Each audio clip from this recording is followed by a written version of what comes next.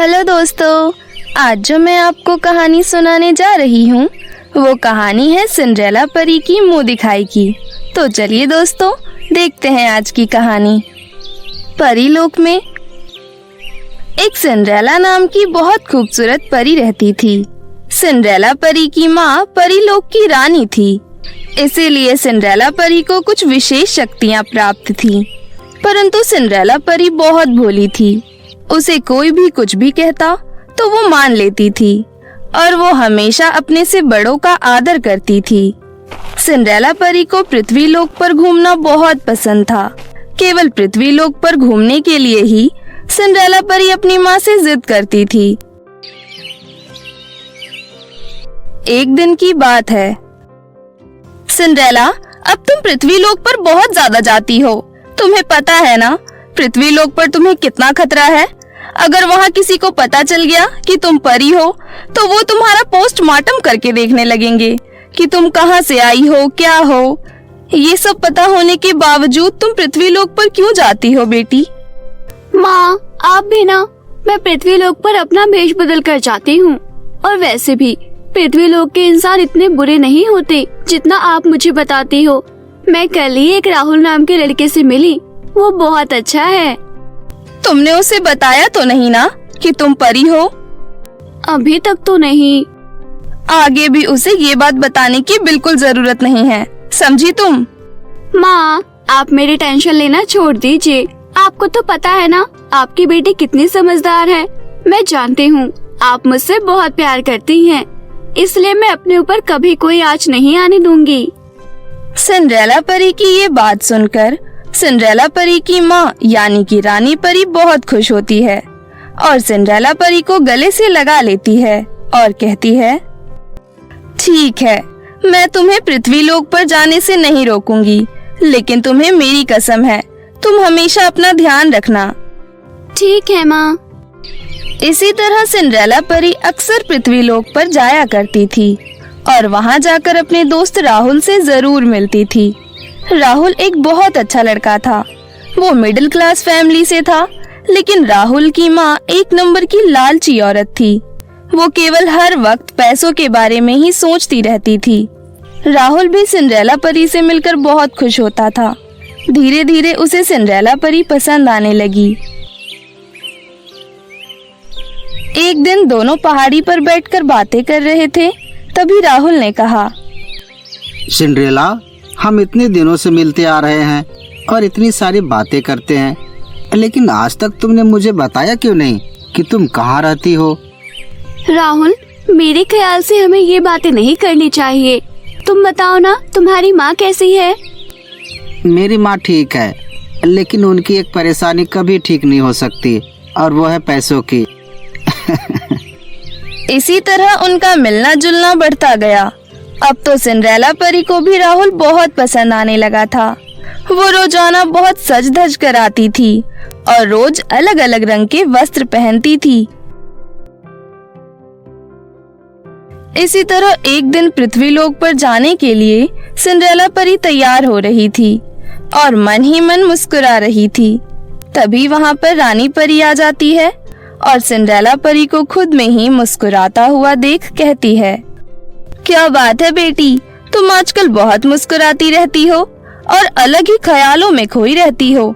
इतना ही नहीं, अब तो तुम रोजाना पृथ्वी लोक पर जाने के लिए इतना तैयार भी होती हो। ऐसा क्यों? कहीं तुम्हें किसी से प्यार तो नहीं हो गया ना? सिंड्रेला परी थोड़ा शर्मा जाती है और कहती है, ओह माँ, ये आप कैसी बातें कर रही हैं? अच्छा, अब मैं चलती हूँ, मुझे देरी हो रही है। इतना कहकर सिंड्रेला परी राहुल से मिलने चली जाती है। उन दोनों की काफी देर तक बात होती है। काफी देर बात करने के बाद राहुल कहता है, सिंड्रेला, क्या बात है? आज तो तुम बहुत खूबसूरत लग रही हो। आज कुछ है क्या? नहीं तो, बस ऐसे ही। वैसे मैं तुमसे कुछ कहना चाहता हूँ। मेरे ख्याल से मुझे तुमसे प्यार हो गया है। क्या तुम भी मुझसे प्यार करती हो? हाँ राहुल, मैं भी तुमसे बहुत प्यार करती हूँ। इस तरह पृथ्वी लोक का राहुल और परी लोक की मासूम सिंड्रेला परी दोनों प्यार में पड़ जाते हैं। जब इस बात की खबर रानी परी को लगती है तो उन्हें दोनों के प्यार से कोई परेशानी नहीं थी। लेकिन जब राहुल अपनी माँ को सिंड्रेला और अपने प्यार के बारे में बताता है तो राहुल की माँ हजारों सवाल करती है। क्या कहा तूने? तुझे किसी लड़की से प्यार हो गया है और तू उससे शादी करना चाहता है? अरे मूर्ख, तेरा दिमाग खराब हो गया है क्या? कैसी लड़की है? खानदान कैसा है? अमीर तो है ना? देख, तुझे लव मैरिज करनी है तो तू कर, लेकिन मुझे दहेज में पूरे 8 लाख रुपए चाहिए। ये तुम कैसी बातें कर रही हो माँ? मुझे उसके परिवार वालों के बारे में कुछ नहीं पता। क्या पता वो गरीब हो, और अगर अमीर भी होगी तब भी मैं उसे दहेज की मांग नहीं करूँगा, क्योंकि मैं उससे प्यार करता हूँ। इतना कहकर राहुल गुस्से में वहाँ से चला जाता है। शाम को जब वो सिंड्रेला परी से मिलता है तो वो बहुत गुस्से में बैठा हुआ था। क्या बात है राहुल, आज तुम्हारा मूड कुछ ठीक नहीं लग रहा है। कैसे होगा मेरा मूड ठीक? मैं एक लड़की से अपनी जान से भी ज्यादा प्यार करता हूँ, लेकिन आज तक मुझे उसके बारे में कुछ भी नहीं पता। ऐसा भी भला कहीं होता है क्या? तुमने मुझे आज तक नहीं बताया तुम कहाँ रहती हो, क्या करती हो, तुम्हारे परिवार में कौन कौन है। मुझे तुम्हारे बारे में कुछ भी नहीं पता। राहुल की ये सारी बातें सुनकर सिंड्रेला परी थोड़ा सोच में पड़ जाती है, लेकिन फिर वो फैसला करती है कि वो राहुल को सब कुछ बता देगी। राहुल, मैं एक परी हूँ, मैं कोई साधारण इंसान नहीं हूँ।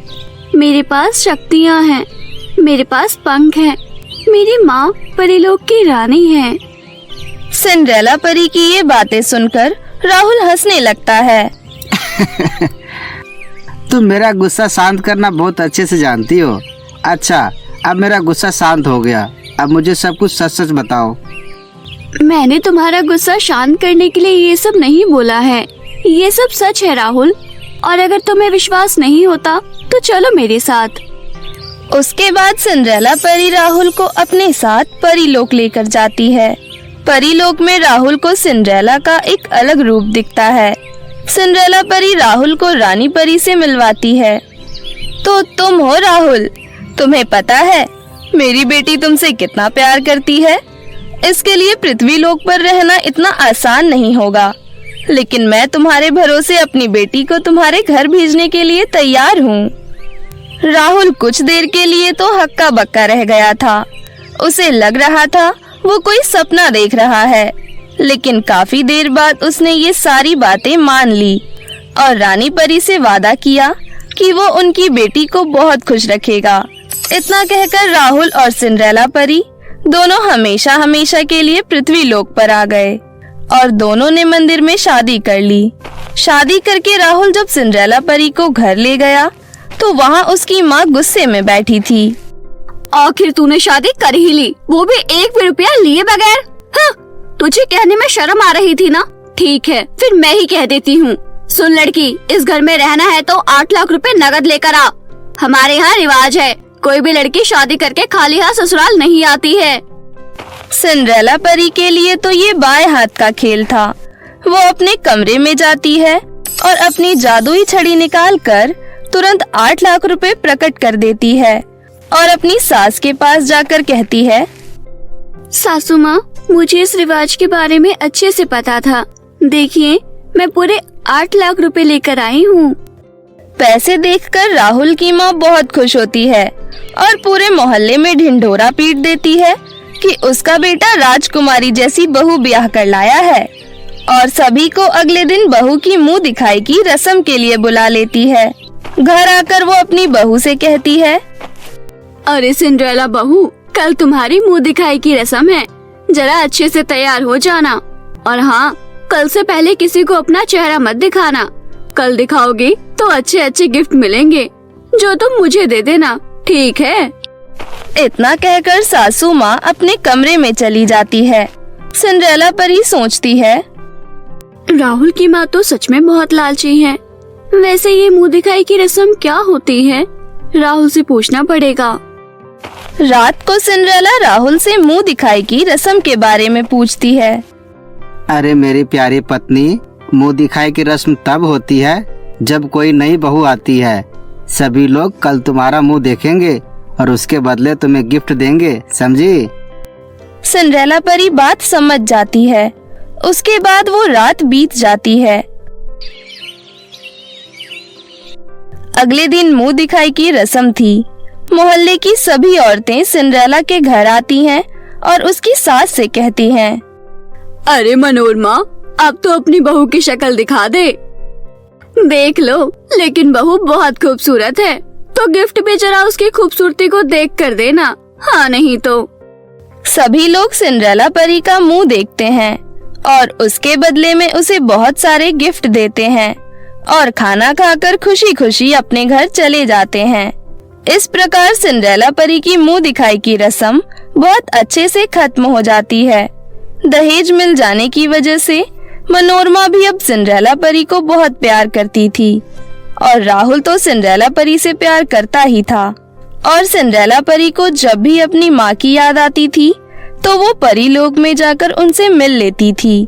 इस प्रकार सिंड्रेला परी अपना जीवन अपनी सासू माँ और अपने पति के साथ हंसी खुशी व्यतीत करने लगती है। तो मेरे प्यारे दोस्तों, कैसी लगी आपको हमारी ये कहानी, हमें कमेंट करके जरूर बताएं। और हाँ दोस्तों, अगर आपने अभी तक हमारे चैनल को सब्सक्राइब नहीं किया है तो जल्दी से नीचे लाल बटन दबाकर सब्सक्राइब कर लें और बेल आइकन दबाना ना भूलें। तो मिलते हैं फिर किसी नई कहानी के साथ। तब तक आप लोग अपना ख्याल रखें। धन्यवाद।